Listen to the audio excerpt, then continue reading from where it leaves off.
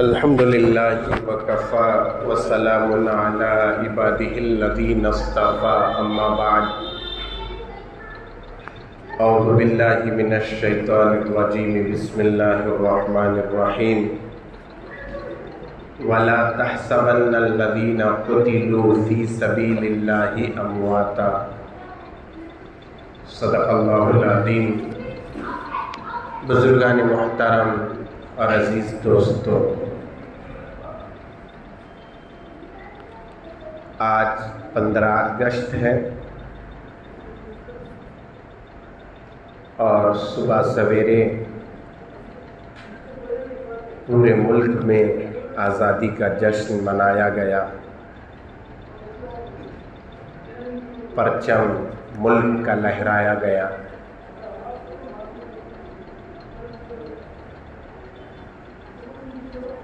آزادی کا جشن ملک کے ہر باشندے کے لیے خوشی کا موقع ہے،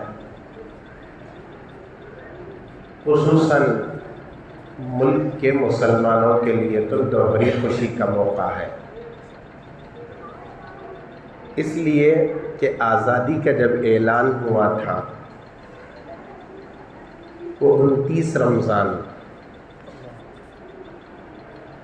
اور مغرب کی نماز کے بعد آزادی کا اعلان ہوا تھا۔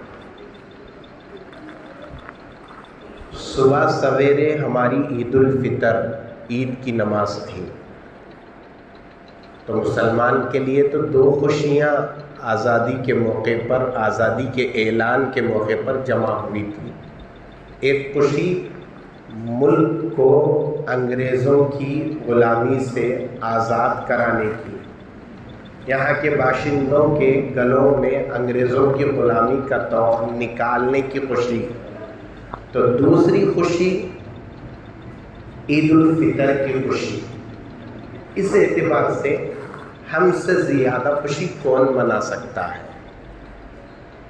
بہرحال ملک کی آزادی کے لیے بڑی قربانیاں دی گئی اور آزادی کا تصور، آزادی کا خیال، ملک غلام بن گیا ہے، یہ احساس لوگوں کے دلوں میں اگر پیدا کرنے والی کوئی جماعت پہلی تھی تو مسلمانوں کی جماعت تھی، ورنہ تو پورے ملک کے باشندے گونگے بنے ہوئے تھے، مفلوج کی طرح زندگی گزار رہے تھے، اپاہج نظر آتے تھے۔ اس لیے تاریخ کو پڑھیں گے اور منصف مورخین کی کتابیں پڑھیں گے تو یہ صاف ہے، واضح ہے کہ سب سے پہلے انگریزوں کے خلاف مورچہ کسی جماعت نے کھولا، وہ مسلمانوں کی جماعت ہے۔ اور گزشتہ جمعہ میں نے عرض کیا بھی کہ 1754 وہاں سے 1757 نواب سراج الدولہ وہاں سے آزادی کی تحریک شروع ہوئی، آزادی کا سر پھونکا گیا، اور 1857 اس درمیان میں 104 سال کی تاریخ بنتی ہے۔ وہ پوری تاریخ کو فراموش کیا گیا، بھلا دیا گیا، تاریخ کے چہرے کو مسخ کر دیا گیا۔ اس کی بڑی وجہ ہے، میں آخر میں اس کو عرض کروں گا۔ تو یہ نواب سراج الدولہ، ان کے نانا وردی علی خان، اس کے بعد حضرت ٹیپو سلطان شہید رحمۃ اللہ علیہ، حضرت ٹیپو نے انگریزوں کے خلاف 4 جنگیں لڑی۔ ملک کے حالات بہت ناگفتہ ہو گئے تھے، کہنے کے قابل نہیں تھے۔ ملک کے اندر الگ الگ خطوں میں، الگ الگ علاقوں میں انگریزوں کا قبضہ بن گیا تھا۔ ایسی حالت میں حضرت ٹیپو نے بھانپا کہ اس وقت پورے ملک کو متحد کرنا ہے، پورے ملک کے راجاؤں کو جمع کرنا ہے، جمع کر سب کی طاقتوں کو اکٹھا کر انگریزوں کے خلاف لڑنا ہے۔ اس لیے حضرت ٹیپو سلطان نے بہت کوششیں کی، بڑی بڑی طاقتیں جو ملک کی ہیں، بیرون ملک کی ہیں، ان کو جمع کرنے کے ساتھ ساتھ چھوٹی طاقتوں کو بھی اپنے ساتھ جمع کرنے کی کوشش کی۔ یہ خیال نہیں کیا کہ چھوٹے راجا کیا کریں گے، چھوٹے چھوٹے خطوں کے امیر کیا کریں گے، وہاں کے فرما رواں کیا کریں گے، یہ خیال نہیں کیا، بلکہ بڑوں کو بھی ساتھ متحد کرنا، چھوٹے چھوٹے راجاؤں کو ان کو بھی متحد کرنا، یہ حضرت ٹیپو کی فکر تھی، حضرت ٹیپو کی سوچ تھی۔ اس کے لیے حضرت ٹیپو سلطان شہید رحمت اللہ علیہ نے کشمیر، جودھپور، نیپال وغیرہ جہاں چھوٹے چھوٹے راجاؤں کی حکومت تھی، ان کے پاس بھی سفیر بھیجا، آدمی بھیجا اتحاد کی دعوت دینے کے لیے، تم ہمارے ساتھ جڑ جاؤ، متحد ہو جاؤ، ہم سب مل کر انگریزوں کے خلاف محاذ کھڑا کریں گے، انگریزوں کے خلاف لڑیں گے، ان کو یہاں سے رفو چکر کرائیں گے۔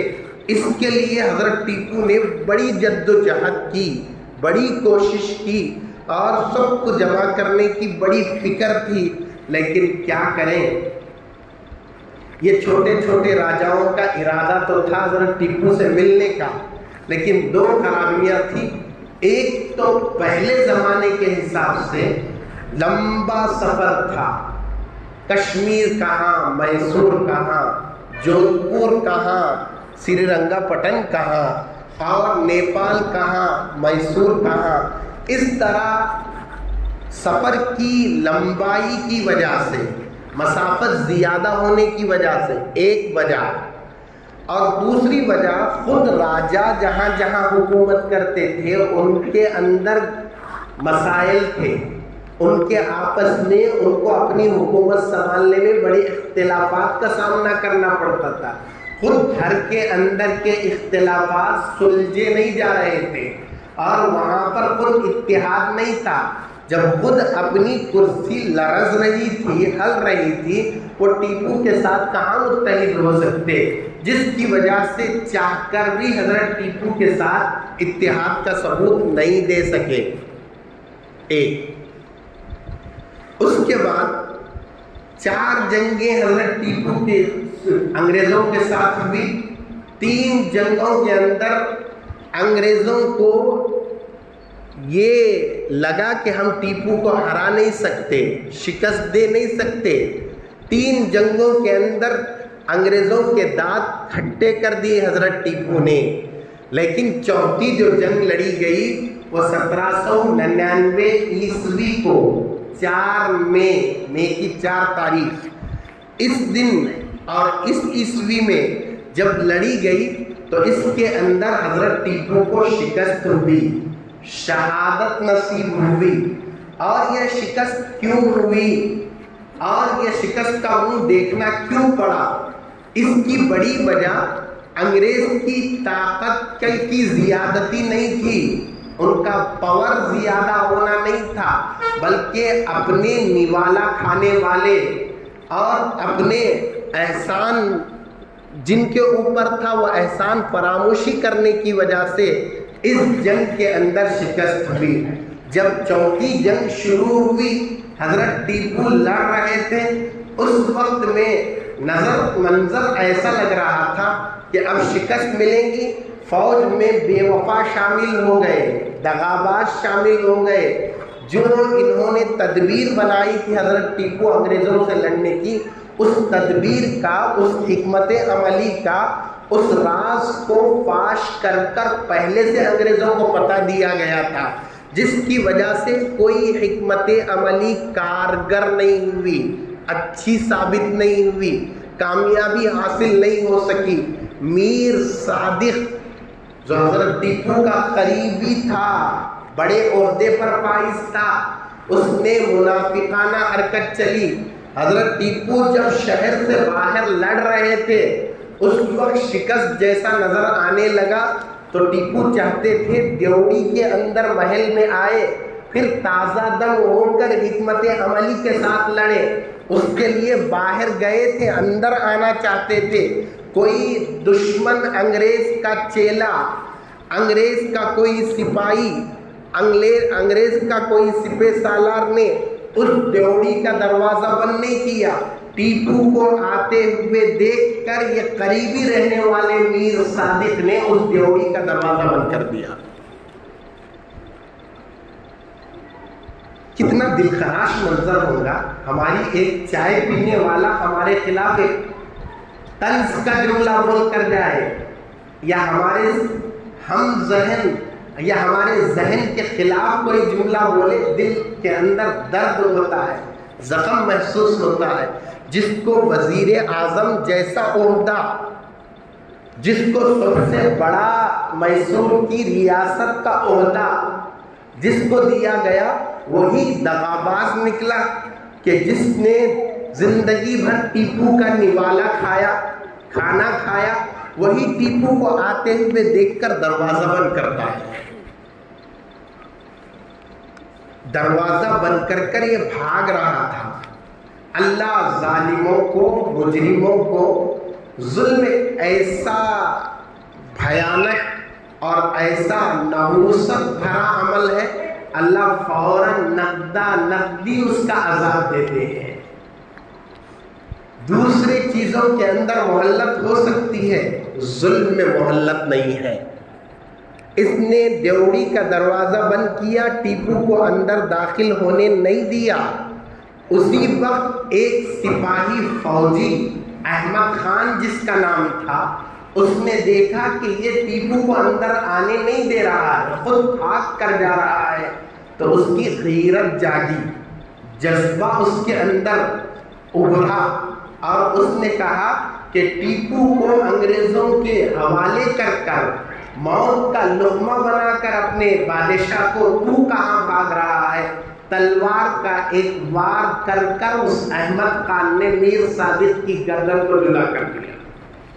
اسی وقت میں میر صادق پڑا وہاں پر، 4 دن تک لاش پڑی، کوئی اٹھانے والا نہیں۔ 4 دن کے بعد جب بدبو پیدا ہوئی، اس کو اٹھا کر دفن کر دیا گیا۔ میر معین الدین یہ بھی ایسا ہی منافق، دغاباز، بے وفا تھا، اور اس چوتھی جنگ کی شکست کے اندر اس کا بھی بڑا رول تھا، اس نے بھی بڑی بے وفائی کی تھی۔ بھاگ کر جا رہا تھا، خندق کے اندر گر کر خود مر گیا۔ یہ ان منافقوں کا حال ہوا۔ اور اس وقت میں یہ بات یاد رکھنے کی ہے کہ جنگ کے موقع پر شکست جو ہوئی ہے منافقوں کے کردار کی وجہ سے۔ توپوں کے اندر کیا بھرا جاتا ہے؟ بارود بھرا جاتا ہے۔ میر صادق نے جنگ سے پہلے پلان بنا کر فوجیوں کو خرید کر ٹیپو کے بارود کے بجائے اس نے مٹھی بھر دیا تھا، اس کے اندر مٹھی بھر دیا تھا۔ جب جنگ ہو رہی تھی، لڑائی ہو رہی تھی، ظاہر ہے بارود کی جگہ پر مٹھی اڑائیں گے، انگریز کے فوج کا کیا بال بیگا ہو جائے گا، اس کو کیا نقصان پہنچے گا، تو بارود کی جگہ پر مٹھی ڈالی گئی اور توپوں کو اڑایا گیا۔ کوئی نقصان نہیں، انگریز کا کوئی جانی نقصان نہیں، اور انگریز کا کوئی سپاہی نہ مرا۔ ایسے ہی جنگ چلتی رہی اس وقت میں، اور ان منافقوں کی وجہ سے شکست کا منہ دیکھنا پڑا۔ ایسے موقع پر ایک نو مسلم حضرت ٹیپو کا خادم جس کا نام راجہ خان تھا، اس نے کہا بادشاہ سلامت، اب بھی آپ کی جان بخشی جا سکتی ہے، آپ خود کو، اپنے آپ کو دشمن کے حوالے کر دیں، انگریزوں کے حوالے کر دیں، آپ کا منصب کا لحاظ کرتے ہوئے اور آپ کی کرسی کی قدر کرتے ہوئے آپ کو نہیں ماریں گے، عزت سے رکھیں گے، جان بخش دیں گے۔ یہ کون کہہ رہا ہے؟ نو مسلم خادم خاص کہہ رہا ہے، جنگ کا چھوڑ دیجئے، شکست مان لو اور آپ انگریزوں کے حوالے ہو جاؤ۔ تو اس وقت میں حضرت ٹیپو کو غصہ آیا، جلال کی نظر سے اس کی طرف دیکھا اور دیکھ کر وہ جملہ کہا جو جملہ سب کے زبان پر تر ہے، اور بار بار حضرت ٹیپو کا ذکر آتا ہے یا ٹیپو کا نام آتا ہے تو وہ جملہ دہرایا جاتا ہے۔ شیر کے ایک دن کی زندگی گیدڑ کی 100 سال کی زندگی سے بہتر ہے۔ اس نو مسلم نے جب یہ کہا کہ شکست مان لو، اپنے آپ کو حوالے کر دو، تو حضرت ٹیپو نے کہا کہ شیر کی ایک دن کی زندگی گیدڑ کی 100 سال کی زندگی سے بہتر ہے۔ میں شکست ماننے والا نہیں ہوں، میں شہادت کا جام نوش کروں گا، لیکن دشمنوں کے سامنے زیر نظر نہیں آؤں گا، دشمنوں کے سامنے اپنی ہار نہیں مانوں گا۔ اس جذبے کے ساتھ لڑ رہے تھے۔ جنگ شروع ہوئی، دوپہر ظہر کے بعد کا وقت ہے، ظہر کے بعد کا وقت ہے۔ حضرت ٹیپو جنگ کے میدان میں آئے ظہر کے بعد، دھوپ بڑی تیز تھی۔ وہی خادم نو مسلم راجہ خان اس کو کہا کہ چھاگل کے اندر ایک سرائی کے اندر پانی بھر لو، میدان جنگ میں پیاس لگے گی، پینے کے کام آئے گا۔ تو خادم خاص ساتھ میں ہے، چھاگل سرائی پانی کی بھر لیا، آگے بڑھے، لڑتے رہے۔ لیکن کیا معلوم تھا کہ جو نوالا بردار تھا، جو آپ کے احسان تلے دبے ہوئے تھے، جو صبح سے شام تک آپ کے احسان کو مانتے تھے، وہی لوگ بے وفائی کریں گے، وہی لوگ پلٹ پڑیں گے۔ جنہوں نے نمک کھایا تھا وہ نمک حرام نکلیں گے اور اس طرح ٹیپو کو دھوکہ دیں گے۔ تو یہ راجہ خان جو خادم خاص تھا، جب جنگ لڑی جا رہی تھی، ٹیپو دشمنوں کے خلاف دوپہر کے وقت میں لڑ رہے تھے، اس وقت میں پیاس لگ رہی تھی، اپنے خادم کو آواز دے کر ایک گلاس پانی کا مطالبہ کیا۔ خادم سنتے ہوئے بھی ایک گلاس پانی نہیں دیا، لڑتے رہے، بار بار پانی کو طلب کرتے رہے۔ عاجزی سے کہا کہ تھوڑا سا پانی دے دو، پانی دو گے، پانی پینے کے بعد کچھ دم پیدا ہوگا، کچھ طاقت اور توانائی محسوس ہوگی۔ اس کے لیے منت کے ساتھ، لجاجت کے ساتھ، بڑی عاجزی کے ساتھ ٹیپو جیسا بادشاہ وہ نو مسلم خادم کو، جس کے ہاتھ میں چھاگل تھی، پانی کی سرائی تھی، پانی مانگا، لیکن ایک قطرہ پانی دینے کے لیے تیار نہیں۔ اندازہ لگاؤ کہ وہ کتنے نمک حرام تھے ہوں گے، کتنے بے وفا تھے ہوں گے۔ حضرت ٹیپو شہید ہو رہے ہیں۔ اس شہادت کے موقع پر حضرت ٹیپو کو بے اختیار طور پر پیغمبر کی اولاد کی سنت زندہ کرنے کا موقع ملا۔ وہ کس طرح سے؟ وہ اس طرح کہ کربلا کے میدان میں نواسہ رسول حضرت حسین کو پیاسا رکھ کر شہید کیا گیا۔ آج یہاں ٹیپو کو بھی پانی کے ایک ایک گھونٹ سے ترسا کر شہید کیا گیا۔ اور دوسری وجہ یہ کہ حضرت ٹیپو کو حضرت حسین سے بڑی عقیدت تھی۔ عقیدت کی وجہ ہی ہے کہ سلطنت خداداد، یہ ٹیپو سلطان کی سلطنت کا نام، خداداد یعنی اللہ کی عطا کردہ بادشاہت، اللہ کی دی ہوئی سلطنت، اس کا معنی سلطنت خداداد کا ایک وقت، ایک جماعت قسطنطنیہ کو گئی روم کے بادشاہ سے ملنے۔ تو اس وقت حضرت ٹیپو نے اس وقت کو تاکید کر کر بھیجا کہ دیکھو تم جا رہے ہو قسطنطنیہ، ضرور کوفہ جانا اور حضرت حسین کی مزار پر حاضری دینا اور وہاں میرا سلام پہنچانا۔ یہ عقیدت تھی۔ عقیدت کی بنیاد پر اللہ نتیجے ظاہر کرتا ہے، عقیدت کی بنیاد پر اللہ تبارک و تعالیٰ ویسا سلوک کرتا ہے۔ کوفے کے یہ کربلا کے اندر معرکے میں حضرت حسین کو پیاسا رکھ کر شہید کیا، اور یہاں ٹیپو کو بھی پیاسا رکھ کر شہید کیا گیا۔ اور یہی نہیں، اس کے ساتھ یہ بھی مناسبت دیکھیں حضرت حسین حضرت ٹیپو کی کہ حضرت حسین کے ابا کا نام حیدر علی، ٹیپو کے ابا کا نام بھی حیدر علی تھا۔ حیدر کرار کہا جاتا تھا حضرت علی کو، تو حیدر حضرت ٹیپو کے والد کا نام، اور حیدر حضرت حسین کے والد کا نام، اور حضرت ٹیپو کی والدہ کا نام فاطمہ، حضرت حسین کی والدہ کا نام بھی فاطمہ۔ اور اسی طرح سے آپ دیکھیں گے شہادت حضرت حسین کی ہوئی تو شہید کرنے والے غیر نہیں، خود مسلمان تھے۔ کربلا میں حضرت حسین کو شہید کرنے والے خود مسلمان، حضرت ٹیپو کو بھی شہید کرنے والے خود مسلمان، مسلمانوں نے شہید کیا۔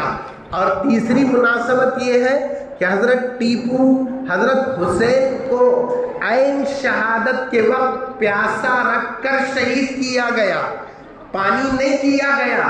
ٹیپو کو بھی عین شہادت کے وقت میں پیاسا رکھا گیا، پانی نہیں دیا گیا۔ اس طرح حضرت ٹیپو بے اختیاری طور پر اللہ کے نبی کی اولاد کی سنت یعنی سنت حسینیت پر عمل کرتے ہوئے شہید ہو رہے ہیں۔ اور حضرت ٹیپو جب شہید ہوئے، جنگ کے موقع پر کئی ایک وار جسم پر لگے، لیکن کن پٹی پر ایک فائر ہوئی، جس کے بعد حضرت ٹیپو زمین پر گرے۔ لیکن اللہ اپنے نیک بندوں میں رعب رکھتا ہے، دبدبا رکھتا ہے۔ اور اللہ کے نبی صلی اللہ علیہ وسلم کی 5 خصوصیت مشکات میں ذکر کی گئی ہے، اور اس میں سے ایک خصوصیت یہ ہے نصرت بالرعب، مجھے رعب کے ذریعے سے مدد کی گئی۔ آقا کا رعب دور ہزاروں میل دور رہنے والے کافروں اور بادشاہوں پر پڑتا تھا، اور آقا کے امتی عاشق، آقا کے ماننے والے متبعین نیک لوگ، ان کا رعب بھی لوگوں پر پڑا کرتا ہے۔ حضرت ٹیپو شہید رحمت اللہ علیہ کنپٹی پر فائر ہونے کے بعد زمین پر گر گئے۔ جب زمین پر گر گئے تب بھی انگریزوں کو یقین نہیں ہو رہا تھا کہ ٹیپو شہید ہو گیا ہے، موت ہو گئی ہے۔ کوئی بھی قریب آنے کے لیے ڈرتا تھا، کوئی قریب نہیں آتا تھا، دور ہی تھا۔ بعض روایتوں میں آتا ہے کہ ان کو ٹیپو کا رعب اتنا تھا، دبدبا اتنا تھا، لاش کے قریب کوئی نہیں پہنچا۔ ایک انگریز نے ڈھیلا اٹھا کر مارا، جب محسوس ہوا کہ لاش کوئی حرکت نہیں کر رہی ہے، اس میں کوئی جنبش نظر نہیں آ رہی ہے، جب قریب پہنچے، جب قریب پہنچنے پر یقین ہوا کہ ٹیپو مر گئے ہیں، شہید ہو گئے ہیں، تو جنرل حارث ٹیپو کی باڈی کے قریب پہنچ کر اعلان کرتا ہے، آج سے ہندوستان ہمارا ہے۔ یہ نعرہ ہمت نہیں تھی ٹیپو کی سانس رہنے تک انگریزوں کو کہنے کی کہ یہ ہندوستان ہمارا ہے۔ ٹیپو کیا شہید ہوئے، ایک آزادی کے دور کا باب ختم ہو گیا، ہندوستان کی سیاسی موت ہو گئی، تابناک ماضی ختم ہو گیا، روشن حال مٹ گیا، اور پر امید مستقبل کا خاتمہ یہ شہیدوں کے لاشوں کے درمیان مدفون ہو گیا۔ اب میسور سے لے کر دلی تک، ملک کے اس کونے سے لے کر اس کونے تک انگریزوں کے خلاف ایک بول بولنے کی کسی کو ہمت نہیں تھی۔ انگریزوں کے خلاف جہاد کرنے اور ان سے لڑنے کی آواز اٹھانے کی کسی کو ہمت نہیں تھی۔ پورا سناٹا چھایا ہوا ہے، زبانیں رہ کر بھی سب گونگے بن پڑے ہیں، ہاتھ رہتے ہوئے سب مفلوج ہو گئے ہیں، پیر رہتے ہوئے لنگڑے ہو گئے ہیں، بے حسی کا عالم آ گیا ہے، اور خوف اور دبدبا انگریزوں کا پورے ملک پر چھایا ہوا ہے۔ ٹیپو کیا شہید ہوئے، ملک کے باشندوں پر انگریزوں کی سفاکی، انگریزوں کا ظلم، انگریزوں کی دردناک سزائیں، اور انگریز یہاں کے باشندوں کے گھروں کو جلانے لگے، ان کو تکلیفیں دینے لگے، اور ان کی خون کی ہولی کھیلنے لگے۔ الگ الگ انداز سے ملک کے باشندوں پر خصوصاً مسلمانوں پر ظلم ہونے لگا۔ معلوم تھا انگریزوں کو دوسرے مذاہب کے لوگ رہیں گے ہمیں فرق نہیں پڑے گا، مسلمان رہیں گے، مسلمان اٹھ کھڑے ہوں گے، ان کا خون جو رگوں میں دوڑتا ہے وہ جہاد کی دعوت دینے والا، وہ ظلم کے خلاف اٹھنے والا اور وہ ناانصافی کے خلاف اٹھنے والا ہے۔ مسلمان دبے گا حکومت چلے گی، مسلمان اٹھے گا ہمارا کایا پلٹ جائے گا، تختہ پلٹ جائے گا۔ اس لیے تاریخ میں لکھا ہوا ہے ٹیپو کی شہادت کے بعد سب سے زیادہ ملک کے اندر کسی مذہب والوں پر ظلم کیا گیا، کسی مذہب والوں کے گھروں کو آگ لگائی گئی، ان کو بے گھر کیا گیا، سولیوں پر لٹکایا گیا، وہ سب سے زیادہ مسلمان تھے۔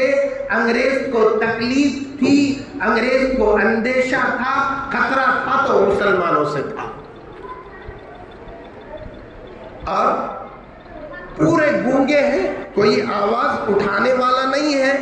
اس موقع پر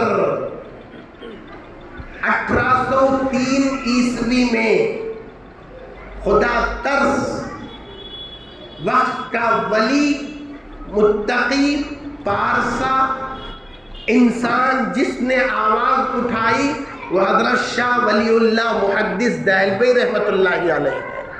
تاریخ کو اچھا یاد رکھنا، سننا۔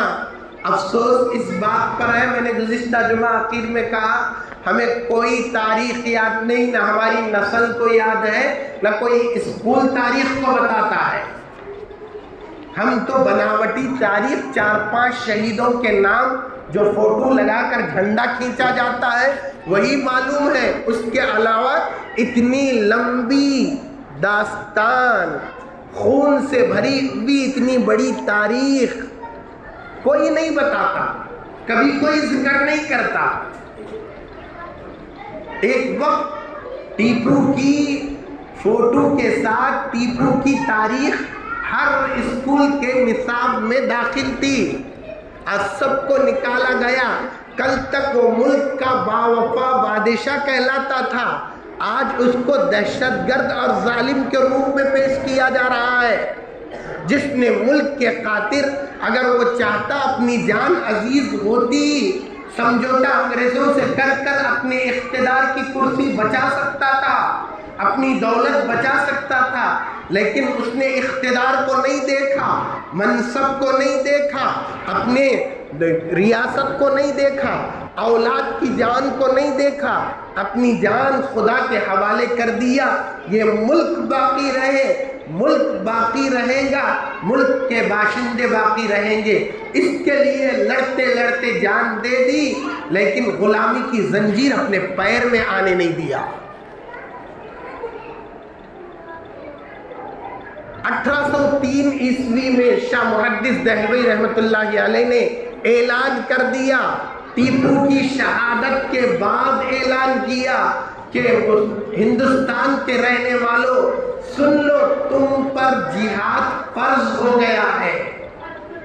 جہاد کے فرضیت کا فتویٰ اس وقت دینا موت کے منہ میں ہاتھ ڈالنا تھا، معمولی بات نہیں تھی۔ انگریزوں کے خلاف جہاد کا فتویٰ دینا موت کو دعوت دینا تھا، لیکن پرواہ نہیں کیا۔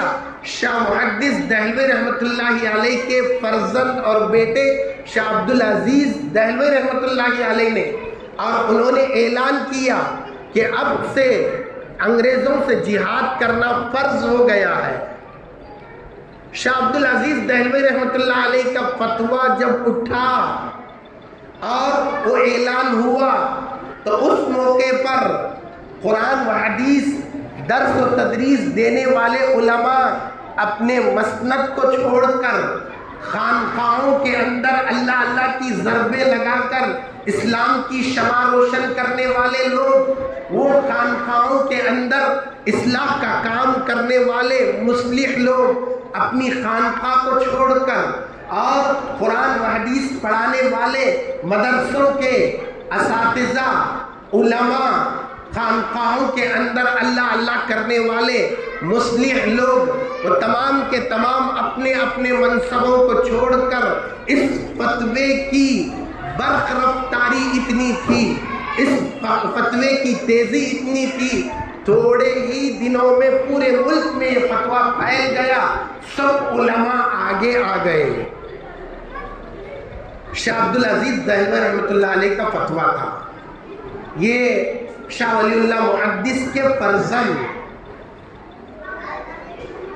شاہ عبدالعزیز دہلوی رحمۃ اللہ علیہ کے ایک بھانجے سید احمد شہید جن کو کہتے ہیں، سید احمد بعد میں شہید ہوئے، انہوں نے ملک کے حالات کہنے کے قابل نہیں تھے، عقائد بگڑ رہے تھے، انگریز مسائل کے اندر قلق ملق کر رہے تھے، دین کو بگاڑنا چاہتے تھے، دین کی شکل کو بگاڑنا چاہتے تھے، مسائل کو توڑ موڑ کر انگریز پیش کرنا چاہتے تھے۔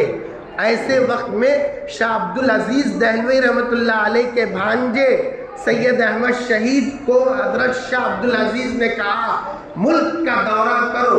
وہ علماء کی ایک جماعت کے ساتھ ملک کا دورہ کرتے ہیں، یہ سمجھانے کے لیے مسلمانوں کو مسائل میں ادھر ادھر مت گرو، اپنے اپنے مسائل پر دین پر عمل کرتے رہو۔ پورے ملک کا دورہ کیا، 8 مہینے میں پورے ملک کا دورہ ہوا، صرف عقائد کی حفاظت کے لیے، دین کی حفاظت کے لیے۔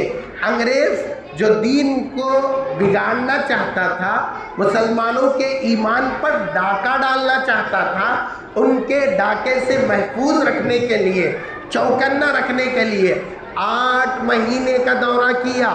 8 مہینے کے بعد جب گھر واپس آئے، اپنی جگہ پر واپس آئے، تو ایک دو نہیں، نئے نئے فتنے ہر چند سالوں کے بعد اٹھتے تھے۔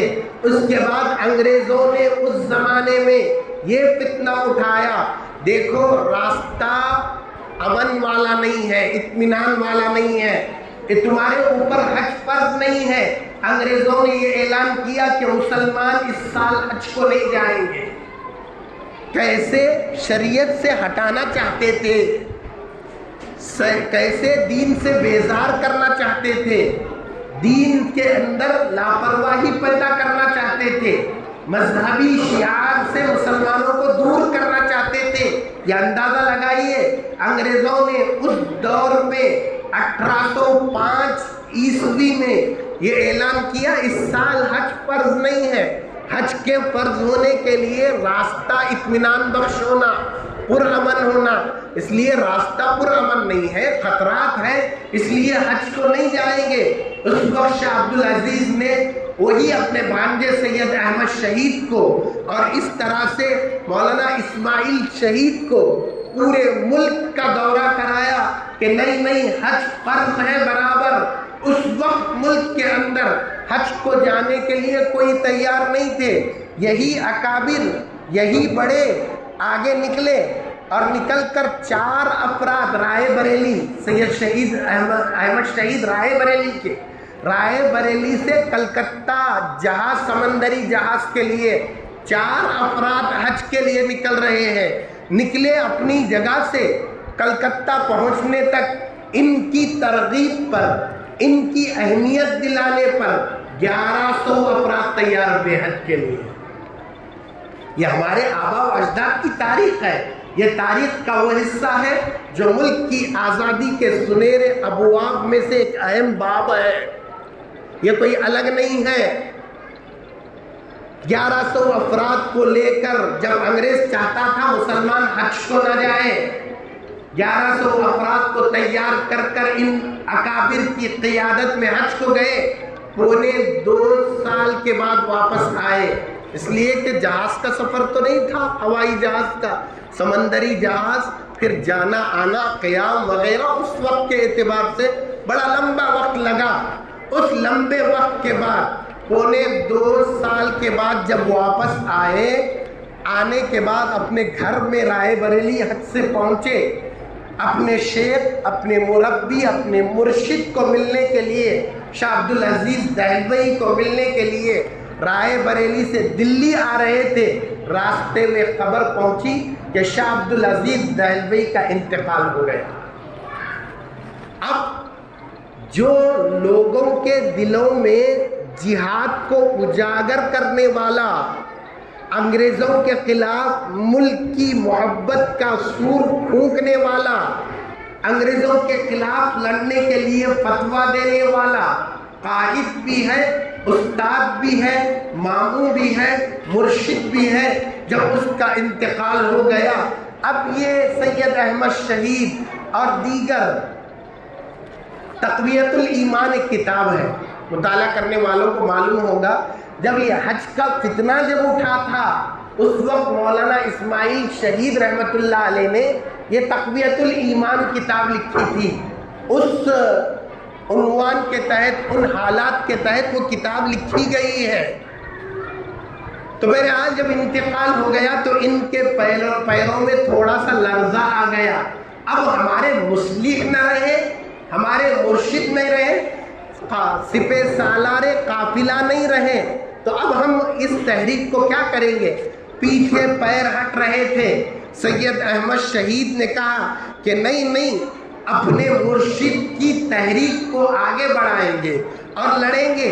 ایک دور وہ بھی آیا، آپ کے علم میں ہونا چاہیے کہ سکھ برادری انگریزوں کی تائید میں آ گئی۔ سکھ برادری نے یہ کہنا شروع کیا، انگریز ملک کے اندر جو قانون نافذ کر رہے ہیں، جو قانون بنا رہے ہیں، وہ غلط نہیں ہے۔ اگر کوئی انگریزوں کے قانون کو غلط کہتا ہے تو ہم انگریزوں کی جانب سے لڑنے کے لیے تیار ہیں، ان کا دفاع کرنے کے لیے تیار ہیں۔ تو اس وقت سید احمد شہید رحمت اللہ علیہ سکھوں سے مصالحت کی کوشش کی، سمجھانے کی کوشش کی، لیکن مصالحت نہیں ہو سکی، سمجھ نہیں سکے۔ اس وقت میں سید احمد شہید نے رائے بریلی چھوڑ کر افغان کے خطے کو اپنی تحریک کا حصہ بنایا۔ وجہ یہ تھی کہ افغان کا سرحدی علاقہ مسلمانوں کا علاقہ تھا پورا، تو مسلمان جماعت تیار ہوں گی۔ دوسرا یہ کہ افغان کے لوگوں کے اندر حوصلہ اور جذبہ زیادہ ہوتا ہے، حمیت زیادہ ہوتی ہے، ان کی حمیت انگریزوں کے سے لڑنے کے لیے کام آئے گی، ان کا حوصلہ دشمنوں سے لڑنے کے لیے کام آئے گا۔ اس لیے اس علاقے کا سرحد کا انتخاب سید احمد شہید رحمت اللہ علیہ نے کیا، اور سکھ برادری کا سردار رنجیت سنگھ سکھوں کا سردار تھا، اس نے انگریزوں کے سپورٹ میں آیا اور آ کر کہا کہ جو بھی آئے گا انگریز کے قانون کے خلاف میں ہم لڑیں گے، ہم انگریزوں کا دفاع کریں گے۔ اس وقت میں بالا کوٹ میں مسلمانوں کی سکھوں کی لڑائی ہوئی، مذہب کی بنیاد پر نہیں ہوئی تھی، انگریزوں کی پشت پناہی کرنے کی بنیاد پر ہوئی تھی کہ سکھ برادری انگریزوں کی پشت پناہی کر رہی تھی۔ اس کے لیے بالا کوٹ میں جنگ لڑی گئی۔ بدقسمتی یہ تھی گھر کو آگ لگی گھر کے چراغ سے، یہ کہا جاتا ہے اپنوں کی دغا بازی کی وجہ سے، اپنوں کی بے وفائی کی وجہ سے وہاں بالا کوٹ میں سید احمد شہید ہو جاتے ہیں۔ مولانا اسماعیل شہید شہادت کا جام پیتے ہیں، 400 علماء اس وقت شہید ہو گئے۔ نتیجہ یہ ہو گیا کہ وہاں پر مسلمانوں کو شکست کا منہ دیکھنا پڑا۔ یہ ہوا۔ اس کے بعد ایک دور وہ آیا، حضرت شیخ الہند محمود حسن رحمت اللہ علیہ، انہوں نے ملک کی آزادی میں مختلف تحریکوں میں حصہ لیا۔ ان تحریکوں میں سے ایک تحریک ریشمی رومال ہے۔ میں اگر ہماری نوجوان نسل بڑی تعداد میں بیٹھی ہے، ان نوجوان نسل کو تو ریشمی رومال کا راہ بھی نہیں معلوم رہے گا، لیکن ہمارے بڑوں سے پوچھوں گا تب بھی نہیں معلوم رہے گا۔ یہ پی ایم اے ایم فلاں فلاں، ان لوگوں کو بھی ریشمی رومال کیا تھی وہ نہیں معلوم رہے گا۔ ریشمی رومال کی تحریک شیخ الہند نے شروع کی۔ کیا تحریک ہے وہ؟ کیا چیز تھی وہ؟ آپ کو معلوم ہونا چاہیے۔ وہ یہ تھا، حضرت شیخ الہند اور ہمارے اکابر چاہتے تھے، انگریز کا تسلط بڑھ چکا ہے، انگریز پوری طرح سے قابض اور حکومت چلا رہا ہے۔ اب اس وقت میں انگریزوں کے خلاف لڑنے کے لیے بیرون ممالک سے مدد لی جائے، ترک حکومت سے مدد لینے کے لیے، ایران کی حکومت سے مدد لینے کے لیے حضرت شیخ الہند اور اکابر نے ایک ریشمی رومال پر ہندوستان کا نقشہ بنایا۔ اچھا سمجھے کیا ہے تحریک ریشمی رومال؟ ہندوستان کا نقشہ بنایا۔ کیوں بنایا؟ اس نقشے میں یہ بتایا گیا کہ اگر ترک سے ہندوستان آنا ہے مدد کے لیے فوج تو کس راستے سے آئے، ایران سے آنا ہے تو کس راستے سے آئے، سامنے جن سے مدد کی طلب یا خواہش کا اظہار تھا ان کو راستہ دکھانے کے لیے، ملک میں داخل ہونے کے لیے، سڑک اور راستے بتانے کے لیے اس کے اندر ہندوستان کے نقشے کے اندر وہ درج تھا۔ اس کو بھیجا گیا ترکی کی طرف، ایران کی طرف۔ بدقسمتی یہ رہی کہ وہاں پہنچنے سے پہلے وہ ریشمی رومال پکڑا گیا۔ جب ریشمی رومال پکڑا گیا تو اس کے بعد حضرت شیخ الہند کو مالٹا کے جیل میں کالے پانی میں رکھا گیا۔ کالا پانی کیا ہے؟ وائٹ پانی معلوم، کالا پانی آئل ڈالے سو ہے کیا؟ کالا پانی کا کیا مطلب ہے؟ کالا پانی کا مطلب یہ کہ حضرت شیخ الہند کو ایسی کالی کوٹری میں رکھا گیا، نہ دن میں اجالا نظر آتا نہ رات میں اجالا نظر آتا، کھڑکیاں نہیں، کچھ نہیں، دروازہ بھی بند، صرف کھانے کے موقع پر تھوڑا سا دروازہ کھول کر کتے اور بلیوں کو جس طرح کھانا دیا جاتا ہے اے شیخ الہند کو اس طرح وہاں کھانا دیا جاتا۔ کالا پانی کا مطلب یہ کہ دن اور رات کالی کوٹری میں رکھا گیا، اس کو کہتے ہیں کالا پانی۔ کالے پانی کی سزا 1 دن 2 دن 3 دن نہیں، 2 سال تک مسلسل اس کالی کوٹری میں رہے۔ سزا دی گئی آپ کے باوفا شاگرد حضرت مولانا حسین احمد مدنی رحمت اللہ علیہ، اگرچہ ان کو کوئی سزا نہیں ہوئی تھی لیکن انہوں نے کہا میرے استاد جیل میں جائے، حسین احمد باہر رہے، یہ کیسے گوارا ہو سکتا ہے، میں بھی میرے استاد کے ساتھ جیل میں رہوں گا۔ ایسا باوفا شاگرد تھا۔ آج کیا ہے؟ جس سے پڑھتے ہیں اس کو سلام نہیں کرتے، جس کو پڑھتے ہیں کبھی 6 سال 8 سال فرسٹ کلاس سے لے کر 10th تک پڑھا اسکولوں میں، تو میں کہتا ہوں مجھے معاف کرنا، استاد کون کی شاگرد کون کی کوئی ادب نہیں سکھایا جاتا۔ پہلے استادوں کا ادب اسکولوں میں بھی بڑے اہتمام سے کیا جاتا تھا، لیکن آج اسکولوں کی نظر ادب پر کم ہو گئی ہے، پیسوں پر زیادہ ہو گئی ہے، جس کی وجہ سے تقریباً اسکول پورے کے پورے آ گئے جہاں استاد کی قدر نہیں ہوتی۔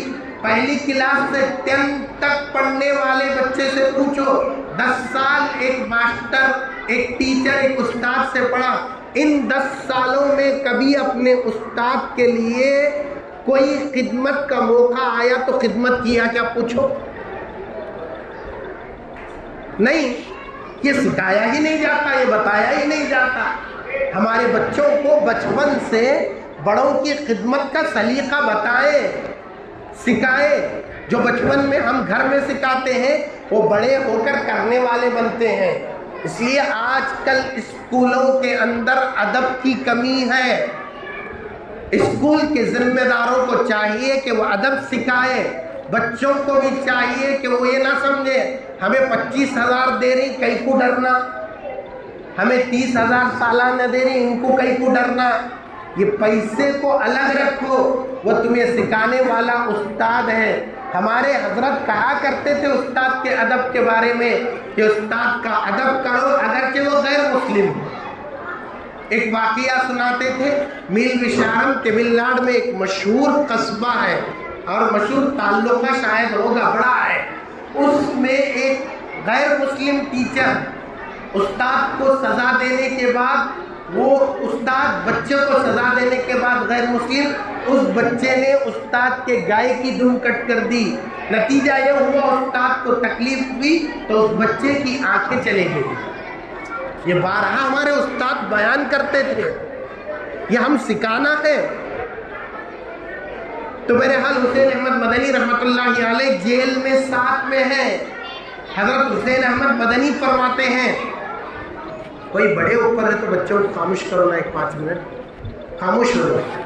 حسین احمد مدنی رحمۃ اللہ علیہ فرماتے ہیں کہ جیل میں استاد کے ساتھ تھا، ٹھنڈ کا موسم، ٹھنڈ کا زمانہ، حضرت شیخ الہند تہجد کے پابند، تہجد کو اٹھنے والے، ایسے وقت میں پانی ٹھنڈا رہتا تھا جس سے ٹھٹکتے، جس پانی کو استعمال نہیں کر سکتے، پوری رات اس پانی کی بوتل کو میں اپنے بازوؤں میں دبا کر بیٹھتا، اس غرض سے کہ میرے بدن کی حرارت کی وجہ سے اس پانی کی ٹھنڈک ختم ہو جائے۔ وہ پانی گرم تو نہیں ہوتا تھا لیکن ٹھنڈک ختم ہوتی تھی، تو وہ بوتل تہجد میں حضرت کو وضو کرنے کے لیے دیتا، حضرت اس سے وضو کرتے۔ جیل کے اندر یہ عالم، یہ جیل میں کیوں پہنچے؟ ہندوستان کی آزادی کی تحریک چلانے کی وجہ سے، لیکن کبھی ان کا ذکر نہیں کیا جاتا۔ ذکر کرنا تو دور کی بات، ہماری نئی نسل کو معلوم بھی نہیں ہے یہ مالٹا کی جیل، کالا پانی، تحریک ریشمی رومال، بالا کوٹ کی جنگ، کیا معلوم؟ کچھ نہیں معلوم ہے۔ اور ساتھ ہی ساتھ ایک مرتبہ روزانہ تہجد کو 2 سال کالی کوٹری میں رہے، اس کے بعد اجالے والی کوٹری میں 2 سال رکھا گیا۔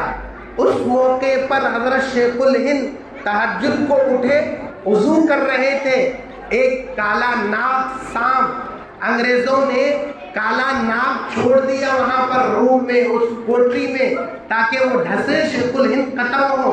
وجہ یہ تھی کہ پھانسی تو نہیں دے سکتے تھے، جرم ثابت نہیں ہوا تھا، جرم کے ثابت ہونے سے پہلے پھانسی کیسا دیں گے، اس لیے کالا ناگ چھوڑا گیا، ڈھسے، شیخ الہند ختم ہو جائے۔ تہجد کو اٹھے اور حضرت مدنی نے وضو کرایا، کہا کہ حضرت یہ کالا ناگ آیا ہوا ہے۔ تو حضرت شیخ الہند نے کہا وہ ان کا تقویٰ تھا، وہ ان کا اللہ سے خوف تھا، ان کی عبادت کا پاور تھا۔ آج کالا ناگ تو دور کی بات صاحب، چھوٹا سا سانپ کا بچہ آ جائے، اس کو دیکھ کر 1 کلومیٹر دور بھاگتے۔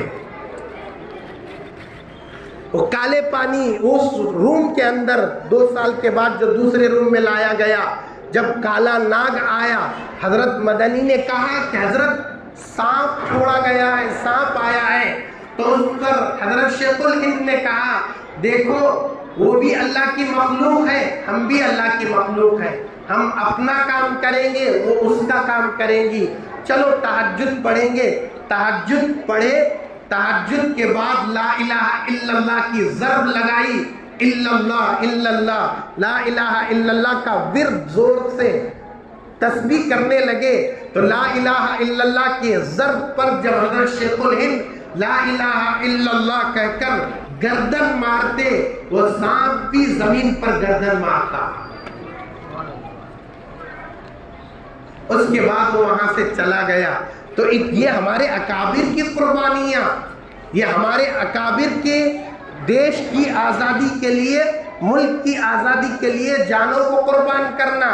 حضرت شیخ الہند 4 سال کے قید کے بعد واپس ممبئی آئے تو کچھ چاپلوس کچھ انگریزوں کا نمک کھا کر، انگریزوں کے پاس پیسے لے کر، انگریزوں کے زر خرید غلام بنے ہوئے تھے، انہوں نے حضرت شیخ الہند سے کہا حضرت تحریک بہت ہو گئی، آزادی کے لیے آپ نے بہت جد و جہد کی، سب کچھ کیا، اب پیرانہ سالی آ گئی ہے، بڑھاپا آ گیا ہے، اب اللہ اللہ کرتے بیٹھے نا، اب جو پڑھاتے پڑھاتے بیٹھ جائے نا۔ تو اس پر شیخ الہند رحمۃ اللہ علیہ نے کہا کہ دیکھو میں چپ بیٹھنے والا نہیں ہوں، جب تک میرا ملک غلام ہے میں آخری سانس تک تحریک چلانے والا ہوں. سن لو، اگر مجھے سکرات طاری ہو جائے اس وقت بستر پر لیٹوں گا، اپنے شاگردوں سے کہوں گا کہ ملک کے چپے چپے میں لے کر مجھے گھومو تاکہ میں انگریزوں کے خلاف بغاوت کا اعلان کرتا پھروں گا. اور مولانا ابوالکلام آزاد رحمت اللہ علیہ، ان کا اصل نام محی الدین ہے. اصل نام میں سمجھتا ہوں ہماری نسل کو اصل نام بھی نہیں معلوم رہے گا، اور ان کی خبر پر لکھا ہوا ہے، شاید واٹس ایپ یوٹیوب میں آتا ہے، دیکھ لیجیے. محی الدین احمد لکھا ہوا ہے، کتابوں میں محی الدین لکھا ہے. ابوالکلام ان کا لقب پڑا. کیوں کہا گیا؟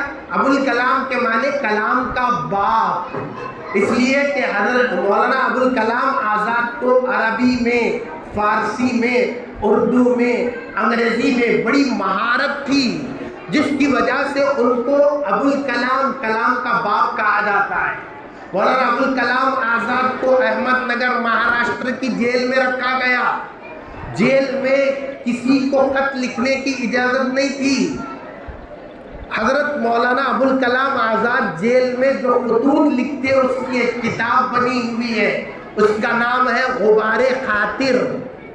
اس کتاب میں یہ مضمون لکھا ہوا ہے، مولانا ابوالکلام آزاد کو خط آیا بیوی کا، یہ کہہ کر خط آیا کہ میں بیمار ہوں، انگریزوں سے چھٹی لے کر آؤ، ملاقات کرنا چاہتی ہوں. بیوی کا درد بھی تو درد ہوتا ہے. بیوی اپنے شوہر کے جیل میں رہتے ہوئے کیسا محسوس کرتی ہوگی؟ کیا گراں بار اس پر گزرتا ہوگا؟ کیا بجلی اس کے سینے پر گزرتی ہوگی؟ بیوی نے لکھا مولانا کو، شوہر کو، کہ میں بیمار ہو گئی ہوں، آپ آ جائیں ملاقات کرنے کے لیے انگریزوں سے چھٹی لے کر. مولانا ابوالکلام آزاد نے اپنی بیوی کے خط کے جواب میں لکھا، دیکھو وہاں تم اکیلی بیمار ہو، یہاں میرے سامنے پورا ملک بیمار پڑا ہوا ہے، پورا ملک بیمار پڑا ہوا ہے. دوسرا خط آتا ہے بیوی کا، میری بیماری بڑھتی جا رہی ہے اور ہو سکتا ہے کہ اس میں میرا انتقال ہو جائے. مولانا ابوالکلام آزاد دوسرا خط لکھتے ہیں. لکھتے ہوئے یہ لکھتے ہیں کہ دیکھو آ جاؤ ملاقات کے لیے اب تو جواب میں لکھتے ہیں، دیکھو اگر ملاقات نہیں ہوئی میں انگریزوں سے چھٹی نہیں مانگوں گا. انگریزوں سے، دشمنوں سے چھٹی مانگنا بھیک مانگنا ہے. میں ان کے سامنے کبھی نہیں جھکوں گا، چھٹی نہیں مانگوں گا. دیکھو اگر تمہارا انتقال ہو جائے میرے آنے سے پہلے تو قیامت کے دن ملاقات کر لیں گے، لیکن میں انگریزوں سے چھٹی مانگ کر نہیں آؤں گا. یہ مولانا ابوالکلام آزاد ہیں، جن کی یونان پر یونیورسٹیاں بن رہی ہے تو اس کو تنزلی کی طرف، اس کو ختم کرنے کی سازشیں ہو رہی ہے، اس کی ترقی کو سکڑایا جا رہا ہے، اور آگے اس نام کے کالج اور اسکول قائم کرنے پر روڑے اٹکائے جا رہے ہیں، جنہوں نے دیش کی آزادی کے لیے اس طرح کی قربانی دی، بیوی کی بیماری کو پیچھے رکھا، ملک کی آزادی کو مقدم آگے رکھا. آخری نوٹ یہ لکھتے ہیں کہ دیکھو عین ممکن ہے میرا یہ خط پہنچنے سے پہلے تمہارا انتقال ہو گیا ہو. وہی ڈاکیا خط لے کر گیا، خط گھر کو نہیں پہنچا، ڈاکیا گھر کی طرف جا رہا ہے. مولانا ابوالکلام آزاد کی بیوی کا جنازہ گھر سے باہر نکل رہا ہے. ایسے ہمارے اکابر نے قربانیاں دی ہے. اس لیے ٹی وی ڈیبیٹ میں یا کسی گوبر بنے ذہن کے لوگوں کے کہنے پر آپ یہ نہ سمجھیں یہ ملک ہمارا نہیں ہے. اس ملک پر ہماری قربانیاں ہیں. 1857 عیسوی جنگ آزادی نہیں ہے. شروع میں مقدمہ باندھا بیان کے وقت، یہ پہلی جنگ آزادی نہیں ہے. 100 سال پیچھے جائیں، 1757 وہاں سے جنگ آزادی شروع ہے. 1 سال کی تاریخ کو دفن کیوں کیا گیا؟ اس کو فراموش کیوں کیا گیا؟ اس کو ختم کیوں کیا گیا؟ اصل وجہ یہ ہے 1757 سمجھ لے یا 1754 وردی علی خان کی جنگ انگریزوں کے خلاف سمجھ لے، وہاں سے لے کر 1857 تک 104 سال کی جو انگریزوں کے خلاف محاذ آرائی ہوئی، لڑائی لڑی گئی، ان 104 سال کی جنگ میں خالص مسلمان تھے، کوئی دوسرے مذہب کا نہیں تھا۔ اب یہ چاہتے تھے کہ مسلمانوں کی قربانیوں کو ملبے میں دفن کریں، دفن کر دیا گیا۔ 1857 کو کیوں بنایا گیا پہلی جنگ آزادی؟ وجہ یہ ہے کہ پہلی جنگ آزادی 1857 کو جو لڑی گئی 29,000 افراد تھے۔ کتنے تھے؟ 29,000 افراد، جن میں سے 24,000 مسلمان تھے، 5,000 ہندو تھے۔ سمجھ میں آ رہا؟ اب ہندوؤں نے اس سے پہلے کبھی جنگ آزادی میں حصہ نہیں لیا تھا۔ 5,000 افراد یہ بھی معمولی نہیں، اس لیے کہ پوری تاریخ میں ہندوؤں نے ایسی قربانی ملک کے لیے کبھی نہیں دی تھی، کوئی تاریخ میں قربانی ملیں گی بھی نہیں۔ اب 5,000 افراد کا شہید ہونا یا ختم ہونا یہ کوئی معمولی بات نہیں تھی۔ 5,000 بھی تو ایک قاتل خواہ تعداد ہے، بڑی تعداد ہے۔ اس لیے ہندو جہاں سے شامل ہوا وہاں سے جنگ آزادی کی تاریخ بنائی گئی، اور 104 سال کی تاریخ کو فراموش کر دیا گیا۔ اور دوسری بات یہ بھی کہتے ہوئے بات ختم کروں گا، ہر جمعہ زیادہ وقت ہو رہا ہے، یہ میری طرف سے زیادتی ہے، تو ہر یہ تاریخ جو بنائی گئی ایسا کیوں بنایا گیا یہ بھی سوچنے والی بات نا۔ تاریخ کو لکھنے والے مورخین کے 2 دھڑ ہیں، 2 دھڑ تھے۔ ایک دھڑ جو تاریخ ملک کی لکھا وہ RSS قسم کے، RSS ٹائپ کے لوگ، وہ تو ظاہر ہے مسلمانوں کی تاریخ نہیں لکھیں گے، اس لیے انہوں نے 1857 پہلی تاریخ بتا دیا۔ اور دوسرے جو تاریخ لکھنے والے تھے وہ کمیونسٹ لوگ تھے، وہ دھڑ تھا، کمیونسٹ ٹائپ کے لوگ تھے۔ معلوم ہے، جاننے والے جانتے ہوں گے، ہمارے کالج کے بچے وغیرہ تاریخ پڑھنے والے، کمیونسٹ لوگ جو تھے وہ آزاد تھے، کسی کے پروردہ غلام نہیں تھے، اور لبرل جس کو کہتے ہیں لبرل قسم کے لوگ تھے، معتدل لوگ تھے۔ پھر انہوں نے تاریخ لکھنے میں ایسا غبن کیوں کیا، ایسا غلط کیوں لکھا؟ انہوں نے بھی ملک کے ہندوستان کی آزادی کی تاریخ لکھی تو 1857 ہی لکھا، RSS کے ٹائپ کے لوگوں نے بھی 1857 ہی لکھا۔ پھر یہ لبرل قسم کے معتدل مزاج کے لوگ جو ہوتے ہیں وہ لوگوں نے یہ 104 سال کی تاریخ کو کیوں ذکر نہیں کیا؟ بات دراصل یہ ہے کہ کمیونسٹ قوم کے لوگوں کا باپ آدم، ان کا کارل مارکس نامی روس کا رہنے والا ہے، کارل مارکس اس کا نام ہے، روس کا رہنے والا، اس نے ہندوستان کی جنگ آزادی کی تاریخ پر کتاب لکھا تو اس نے لکھ دیا کہ پہلی جنگ آزادی 1857 میں ہوئی، باپ نے لکھا اولاد بھی وہی لکھے، باپ نے جو بولا بچوں نے وہ کیا، باپ نے جو لکھا بچوں نے وہ نقل کر دیا۔ تو ان کا باپ آدم تاریخ کو مسخ کر کر ویسا لکھا تھا، باپ کے خلاف تو انہوں قلم نہیں چلا سکتے تھے، باپ کے خلاف تو نہیں جا سکتے تھے، معلوم رہنے کے باوجود کمیونسٹ کے تاریخ لکھنے والے مورخین نے 1857 ہی لکھا، اگرچہ تاریخ 1757 سے شروع ہے آزادی کی، اس لیے کہ ان کا باپ کارل مارکس نے وہ لکھا تھا، ان کو مجبوراً لکھنا پڑا۔ ان کے باپ نے جو لکھا انہوں نے کیا، لیکن خون تو ہمارے باپ دادا کا گیا تھا نا، اور قربانی تو ہمارے باپ دادا دیے ہیں نا، اور ہمارے باپ دادا شہید ہوئے ہیں، گھروں کو اجاڑے ہیں۔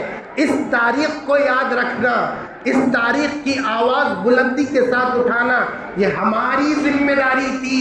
افسوس کہ ہم نے بھی اس تاریخ کو یاد نہیں رکھا، پارلیمنٹ کے ایوانوں تک زوردار آواز اس کے لیے نہیں اٹھایا، بڑے بڑے جلسوں میں امت کو، قوم کو، لوگوں کو بیدار کرنے کے لیے یہ تاریخ نہیں بتائی۔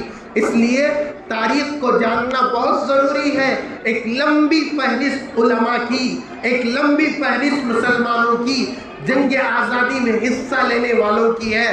آج 15 اگست کے موقع پر 3-4 نام لیے جاتے ہیں، اس کے بعد کسی کا نام کا ذکر نہیں ہوتا۔ نمک سازی مہاتما گاندھی نے تحریک شروع کی، اس میں مدد کرنے والے مہاتما گاندھی کے کندھے سے کندھا ملا کر نمک سازی کی تحریک کو آگے بڑھانے والے مسلمان تھے۔ اس کے علاوہ پانی پت میں شہید ہونے والے مسلمان اور دوسرے دیگر تمام ہی قسم کے مسلمانوں نے قربانیاں دی۔ مولانا شوکت علی جوہر، مولانا محمد علی جوہر، یہ ہیں مسلمانوں کی قربانیوں کو فراموش کیا گیا، مٹا دیا گیا اور اس کو شہیدوں کے قبر کے ساتھ دفن کر دیا گیا۔ یہ ترنگا آج لہرایا جاتا ہے، یہ ترنگا جس کے اندر 3 کلر ہے، اس کو کلر دینے والی مسلمان خاتون ثریا بدر الدین طیب، اس نے یہ کلر دیا۔ یہ 3 کلر، آخری بات کہہ کر میں ختم کروں گا، آئندہ انشاءاللہ زیادہ وقت نہیں لگے گا، یہ میرے کو مضمون مکمل کرنا تھا۔ یہ 3 کلر جو دیے گئے، کیا حکمت کو لے کر، کیا پیغام کو لے کر، کیا سبق کو لے کر ترنگے کے 3 کلر دیے گئے ہیں آپ کو معلوم ہے؟ 3 کلر میں سے ایک وائٹ کلر بیچ میں سفید کلر ہے۔ یہ ہمارے بزرگوں نے جھنڈے میں سفید کلر اس لیے ڈالا کہ یہ سفید کلر جس طرح وائٹ ہے، ملک کے پورے باشندوں کے دل بھی ایسے وائٹ رہے، ایسے سفید رہو۔ ایک دوسرے کی ٹانگ کھینچنا، ایک دوسرے کے مال کو ہڑپ کرنا، ایک دوسرے پر قتل غارت گری کرنا، ایک دوسرے کا مال چوری کرنا، ظلم زیادتی مت کرو۔ جیسا ترنگے کا بیچ کا سفید وائٹ کلر ہے، ملک کے رہنے والوں سکھوں، ملک کے رہنے والے ہندوؤں، ملک کے رہنے والے مسلمانوں، عیسائیوں، اس ترنگے کے وائٹ کلر کی طرح تم اپنے دلوں کو سفید کر لو۔ اسی طرح کیسری رنگ کا، سرخ رنگ کا، لال رنگ کا اوپر کا کلر ہے، وہ کلر ہمیں کیا سبق دیتا ہے، کیا پیغام دیتا ہے؟ یہ پیغام دیتا ہے کہ ملک کی آزادی یا ملک پر کوئی آنچ آ جائے، کوئی حملہ ہو جائے، ملک کے اندر دشمن پیدا ہو جائے، ان سے لڑنے کے لیے یہ کیسری رنگ کا جو خون ہے، اس طرح اپنے خون کو بہاؤ، لیکن ملک پر آنچ آنے مت دو۔ تیسرا سبز رنگ جو نیچے دیا گیا، وہ سبز رنگ نے پیغام دیتا ہے کہ سب مل کر ملک کو ہرا بھرا رکھو اور سبز شبد و شاداب رکھو، ملک کو گرانے، ملک کی بے عزتی کرنے، ملک کو نیچے پہنچانے میں مت تلو۔ یہ سبز رنگ کا کلر کہتا ہے، یہ 3 کلر شاید کے لال قلعے پر کھڑے ہو کر پی ایم نے آج جھنڈا چڑھایا، اس وقت یہ تصور ان کا پیدا ہو جاتا، ہندو مسلم لڑائی نہ ہوتی۔ کونسلر اپنے محلوں میں جھنڈا چڑھاتے ہوئے یہ تصور پیدا کرتا، یہ 3 کلر ہمیں کیا پیغام دے رہے ہیں؟ پھر قصبوں محلوں میں ہندو مسلم فلاں فلاں کہہ کر بھید بھاؤ نہ ہوتا۔ آج پی ایم سے لے کر کونسلر تک اس جھنڈے کو چڑھاتے ہوئے یہ سبق تازہ کر کر چڑھانے کی ضرورت ہے۔ بہرحال وقت بہت ہوا، اللہ ہمارے ملک کی حفاظت فرمائے، ملک کو خوب ترقی نصیب فرمائے۔ ہمارے آبا و اجداد، ہمارے بزرگوں نے جو قربانیاں پیش کی ہیں، انہیں بہترین بدلہ نصیب فرمائے۔ وآخر دعوانا الحمدللہ رب العالمین۔